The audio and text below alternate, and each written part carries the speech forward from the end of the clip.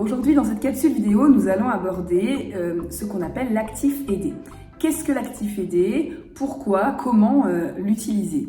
Eh bien, imaginons un enfant qui est en recherche d'autonomie sur le temps de repas. Il a envie de faire seul, mais il ne sait pas encore manger tout seul. Ou le parent qui cherche à rendre son enfant un peu plus autonome sur ce temps de repas.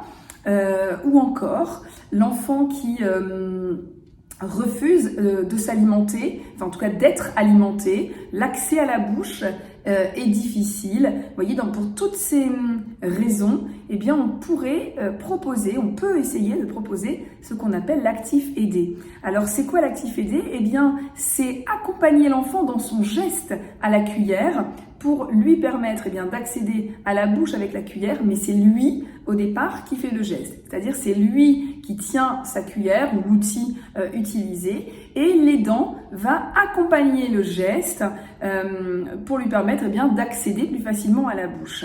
Et c'est important que ce soit vraiment l'enfant qui détienne, lui, l'outil dans la main, parce que de cette manière, il va pouvoir bloquer l'accès à la bouche si c'est compliqué, reculer ou au contraire y aller avec un certain rythme. En fait, c'est lui qui est actif sur son temps de repas, mais on l'aide parce que le mouvement n'est pas encore bien coordonné. C'est donc l'actif aidé. Et alors, ça paraît toute simple et j'oserais dire même tout bête cette méthode, mais c'est vraiment une manière de rendre l'enfant actif et acteur de son temps de repas et ainsi de lui permettre d'accéder à la bouche plus facilement. Il gère son mouvement, il est maître de son alimentation.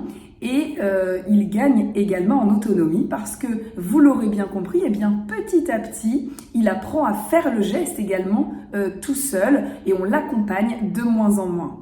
Voilà, donc si l'enfant est en recherche d'autonomie croissante mais qu'il ne sait pas encore faire, s'il semble agacé quand on lui donne à manger, il n'aime pas être alimenté, il est en recherche d'autonomie, vous voulez le rendre autonome sur ce temps de repas, n'hésitez pas à penser à l'actif aidé. Et dans d'autres situations, l'actif aidé pourra être également intéressant, notamment pour les outils pour boire, mais également pour le brossage de dents.